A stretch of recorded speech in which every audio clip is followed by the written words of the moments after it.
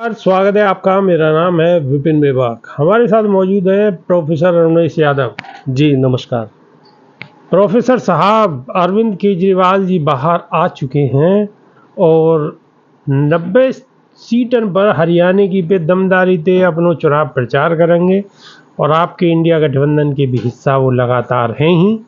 वहाँ में कोई शक वाली कोई बात ही नहीं है, दोहराए वाली कोई बात ही नहीं है। ये खेल चल क्या रहा है? तो सारे खेल आप इंडिया गठबंधन के ही पूछ लो। आप हमें ये बताओ, आपका सवाल कायदे में ये होना चाहिए कि चिराग पासवान और नीतीश कुमार जो एनडीए गठबंधन के अभिन्न हिस्सा हैं और वो जम्मू कश्मीर में अलग अलग चुनाव लड़ रहे हैं। जयंत चौधरी ने भी टाइल ठोक दी है कि वो भी अलग चुनाव लड़ेंगे। उस पर तो आपने सवाल नहीं किया साहब। और जबकि इंडिया गठबंधन के लिए अरविंद केजरीवाल जी ने और हमारे अध्यक्ष खड़गे जी दोनों ने बोल दिया था कि हमारा जो गठबंधन है वो सिर्फ और सिर्फ लोकसभा चुनाव के लिए, और उसमें भी गठबंधन हमारा दिल्ली में हुआ था, पंजाब में नहीं हुआ था। पंजाब में चूंकि हम मुख्य विपक्षी दल थे तो हम दोनों अलग अलग चुनाव लड़े थे। ये लोकतंत्र की खूबसूरती है कि जहां जनता चाह रही है कि हम लोग साथ में चुनाव लड़े तो वहां हम जनता की बेहतरी के लिए साथ में लड़ते हैं। जनता क्यों चाह रही है? जनता के ऊपर तो आप खामो खाम में फोड़ रहे हो, ये कुल्लड़ फोड़ रहे हो एक तरीके से। जनता के साथ तो खिलवाड़ है। अच्छा तो नीतीश कुमार जी सवाल सुनो पहले। सवाल तो गड़बड़ कर रहे पहले हो। सवाल तो सुनो। सवाल हमने सारा समझ गए। हम आपकी सारी साजिश समझ गए। पहले सवाल सारी साजिश हम समझ गए आपकी। मतलब के जो कलर है इसमें कई तरह के कलर हैं, तो हम इसमें मामला समझ रहे हैं कि आप बताओ कौन सा कलर आपको पसंद आ रहा है। बताओ आप पंचमेल खिचड़ी करने की कोशिश कर रहे हो। कौन सा कलर आप बीजेपी के पाले में हो गए। अब चलो सवाल तो सुन लो। ये बताओ नीतीश जी के लिए सवाल क्यों नहीं किया? सवाल तो आपने जो है जयंत चौधरी के लिए सवाल क्यों नहीं किया? की शुरुआत आपने चिराग पासवान के लिए सवाल क्यों नहीं किया? आपने सीधा केजरीवाल जी के ऊपर बम क्यों फोड़ दिया? बम का फोड़ा है? सवाल है आपको बम नजर आ रहा है? सवाल से डर क्यों रहे हो? भाग क्यों रहे हो सवाल से? दर्शकों को भड़काने की सवाल से क्यों भाग रहे हो? दर्शकों को भ्रमित क्यों डर रहे हो? जवाब नहीं है आपके पेट में कोई दाढ़ी वाला बैठा है, क्या दिक्कत है? चौधरी साहब ये बताइए, अगर हम सवाल से डरते तो आपके सामने क्यों बैठे हो? तो फिर जवाब दीजिए ना। जवाब दिया तो भाई जनता तो जवाब चाहती है। जवाब दे दिया। देश की जनता जानना चाहती है कि आखिर इधर भी कर दो, इधर भी कर दो। देश की जनता जानना चाहती है कि अरविंद केजरीवाल जो इंडिया गठबंधन के हिस्सा थे और हैं, वो हरियाणा के अंदर जो 90 सीट है तो उनमें अलग क्यों लड़ रही है? तालमेल क्यों नहीं हो पाई? देखो ऐसा है, उन्होंने 10 सीट मांगी और हमने उन्हें 4 सीट ऑफर करी। हमारा तालमेल नहीं बना तो वो अलग चुनाव लड़ रहे हैं। अब आपका सवाल ये भी होना चाहिए था कि नीतीश कुमार जी, चिराग पासवान जी और जयंत चौधरी जी जम्मू कश्मीर में अलग चुनाव क्यों लड़ रहे हैं? वो एनडीए के साथ क्यों नहीं लड़ रहे? जबकि वो तो मंत्री भी आपसे मैंने पहले ही सवाल करा है ना। हाँ, तो प्रोग्राम की शुरुआत करनी है। नहीं तो शुरुआत में जयंत चौधरी का सवाल पूछता मैं आपसे, आपकी पार्टी का ही सवाल। सुनिए पत्रकार का काम क्या होता है? सवाल पूछना नहीं, किससे पूछना? जो मेरे सामने कौन है? अब मेरे सामने कांग्रेस के नेता सवाल करना। मेरे सामने कांग्रेस के नेता हैं। हाँ, तो मैं कांग्रेस के नेता से सवाल तो दिया, जवाब दे तो दिया हमने। इतनी आप परेशान क्यों हो? आप परेशान हड़बड़ाहट क्यों है? ये बताइए। आखिर ये तो दर्शक बताएं, आखिर क्या गम है जो छुपा रहे हो? परेशान तो भाई साहब हो रहे हैं क्योंकि दर्शक समझ गए कि कोई ना कोई एक तरफा बैटिंग चल रही है। गम है जो छुपा रहे हो। नहीं है गम तो मोदी जी को है, हमें क्या गम होगा? मोदी जी को क्या गम है? चलो गम ही गम है मोदी जी को। मोदी जी इतने गमगीन हो गए कि कर्नाटक में तो उन्हें बजरंगबली ध्यान आ रहे थे कि विपक्ष ने और कांग्रेस ने बजरंगबली का अपमान किया। अब यहाँ कुरुक्षेत्र की रैली में कह रहे हैं कि कांग्रेस ने गणपति का अपमान कर दिया। बताओ साहब, मतलब एक आम जनमानस की, आपके जैसे और हमारे जैसे की इतनी हैसियत है कि हम भगवान का अपमान कर सकते हैं? मोदी जी को बाज आना चाहिए इस तरह की बातों से। ऐसे ही अपमान कराते कराते वो 400 लाने वाले थे और लोकसभा चुनाव में हिंदू मुस्लिम करते करते करते करते 240 पे रह गए। अभी 41 सीट पे है ना हरियाणा में, और मैं आपको लिख के दे रहा हूँ 21 से 1 सीट ज्यादा आ जाए तो हमें बता देना। क्योंकि यहाँ इतने आपस में इनके सर फूट रहे हैं। इनके जो प्रदेश अध्यक्ष है पिछड़े वर्ग के, वो भाई साहब आ गए हमारी पार्टी में, उन्हें टिकट नहीं दिया। आपने बताओ, प्रदेश अध्यक्ष आपका एक प्रकोष्ठ का, उसे आप चुनाव नहीं लड़वा रहे हो।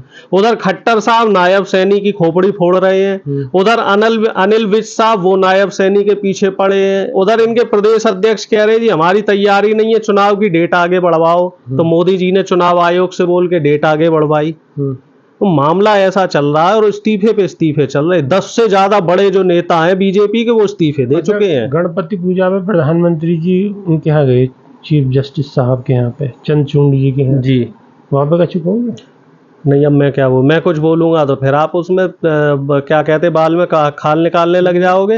आप हमें ये बताइए कि ये संवैधानिक पद पे है मोदी जी, क्या उन्हें अपने संवैधानिक पद पे होते हुए चीफ जस्टिस के यहाँ व्यक्तिगत तौर पे जाना चाहिए? मेरे हिसाब से तो नहीं जाना चाहिए, क्योंकि जहां तक संविधान की किताबों में लिखा हुआ है, एक संवैधानिक व्यक्ति दूसरे संवैधानिक पद पे आसीन व्यक्ति के किसी भी व्यक्तिगत कार्यक्रम में नहीं जाता है, जो एक प्रोटोकॉल होता है। ना तो चीफ जस्टिस प्रधानमंत्री से कोई व्यक्तिगत मुलाकात करेंगे, ना प्रधानमंत्री चीफ जस्टिस से।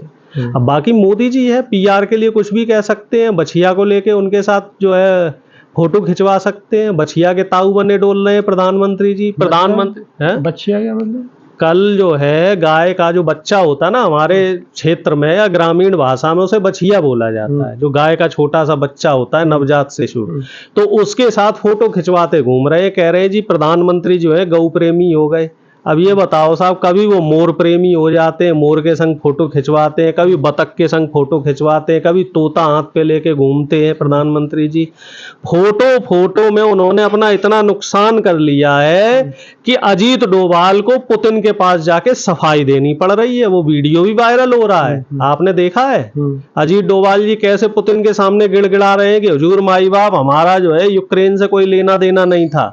वो तो मोदी जी ऐसे ही फोटो खिंचाने चले गए थे क्योंकि यहां इनको पीआर करना था। जो गोदी मीडिया ने रासा काम कर दिया। कई बार ऐसा होता है कि मूर्ख व्यक्ति कौन? गोदी मीडिया। क्योंकि इन्हें प्रधानमंत्री जी की हर बात का बढ़ा चढ़ा के महिमा मंडन करना है कि साहब रूस को और यूक्रेन का युद्ध रुकवा दिया। कैसे रुकवा दिया जी? जेलेंस्की के गले में बाहें डाल डाल के जो है जेलेंस्की के ऐसे कंधे पे हाथ रख के फोटो खिंचवा रहे हैं।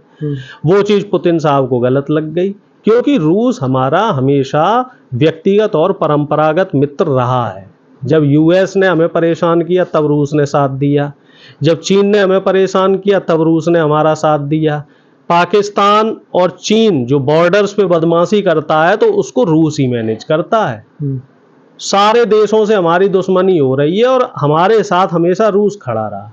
अब आपने रूस से भी नाराजगी करवा दी। नेपाल हमारा छोटा भाई था, वो नेपाल भी हमें आंखें दिखाने लगा। बांग्लादेश जो हमारे रहमो करम पे पलता था, वो बांग्लादेश भी हमें आंखें दिखा रहा है। श्रीलंका जिसको हम फंडिंग करते थे, वो श्रीलंका से भी हमारे संबंध खराब हो गए। तो प्रधानमंत्री जी ने फोटोबाजी के चक्कर में विदेश नीति को बिल्कुल चौपट कर दिया है, क्योंकि विदेश नीति का इन्हें भी पता नहीं है। इनको विदेश मंत्री को वहां भेजना चाहिए, विदेश जो आयुक्त है उनको वहां भेजना चाहिए, वो उसका काम करे। हर जगह खुद पहुंच जाते हैं। अब बताओ, वंदे भारत ट्रेन का उद्घाटन करने वो जा रहे हैं। अब आप देख रहे हो वंदे भारत ट्रेन का क्या हो रहा है। कई वंदे भारत ट्रेन को वो कांग्रेस के जमाने की जो पुराने इंजन है वो खींचते घूम रहे हैं।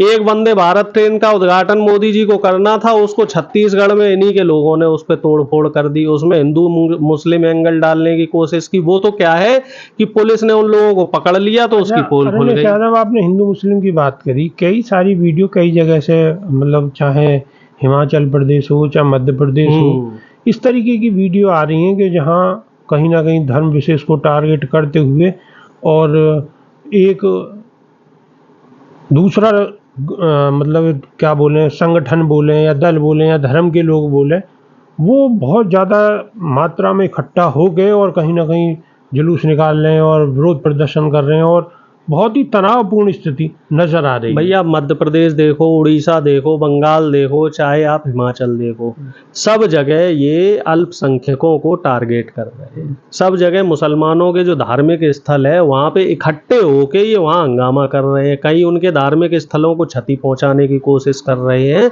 उसके पीछे आप मंशा समझो, चुनाव।